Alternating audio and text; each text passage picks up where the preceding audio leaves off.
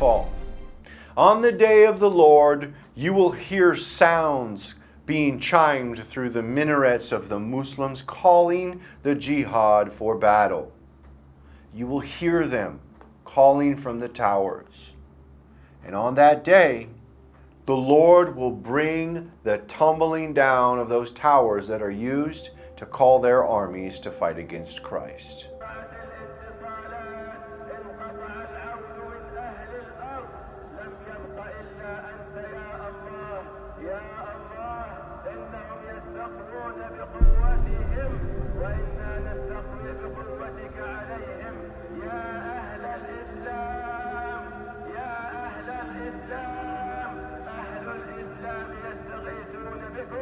The Muslims call their armies to battle with Islamic Jihad calls with speakers from the minaret towers, but the towers will be shut down. Revelation chapter 19 verse 19 says, "And I saw the beast and the kings of the earth and their armies gathered together to make war against him that sat on the horse and against his army." They will use the towers to call their armies to come and battle on the day of the Lord to fight the King of Kings. Revelation chapter 19, verse 16. "And he hath on his vesture and on his thigh a name written, King of Kings and Lord of Lords."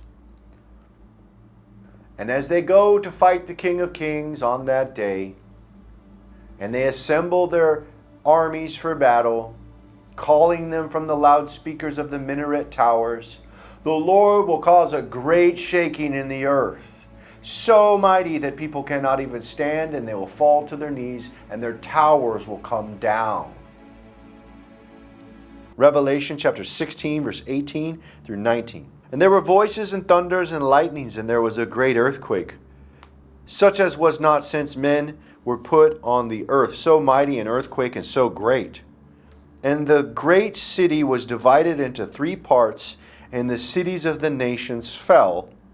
And great Babylon came in remembrance before God to give unto her the cup of the wine of the fierceness of his wrath." Revelation chapter 11 verse 13 gives the same account. "And the same hour there was a great earthquake, and the 10th part of the city fell. And in the earthquake were the slain of men 7,000, and the remnant were affrighted and gave glory to the God of heaven." Those who are left over, who are afraid, they will give glory to the Lord. They'll be spared on that day. But those who fight, they will be slain and put into the river of blood. The ground will split from the resurrection of the great earthquake. Zechariah chapter 14 verse 4. "And his feet shall stand in the day upon the Mount of Olives, which is before Jerusalem on the east, and the Mount of Olives shall cleave in the midst thereof toward the east and toward the west, and there shall be a very great valley, and half of the mountain shall remove toward the north, and half of it toward the south. And the water will flow from the Temple Mount on the day that those towers fall." Zechariah chapter 14 verse 8. "And it shall be in that day that living waters shall go out from Jerusalem, half of them toward the former sea, and half of them toward the hinder sea. In summer and in winter shall it be." It is the same time of the flowing of these waters that the minarets fall. Their towers will come down. Isaiah chapter 30 verse 25. "And there shall be upon every high mountain and upon every high hill rivers and streams of waters in the day of the great slaughter, when the towers fall." When the towers fall.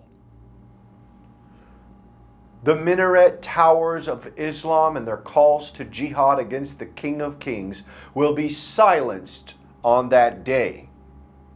And this is the prophecy of the minarets fall.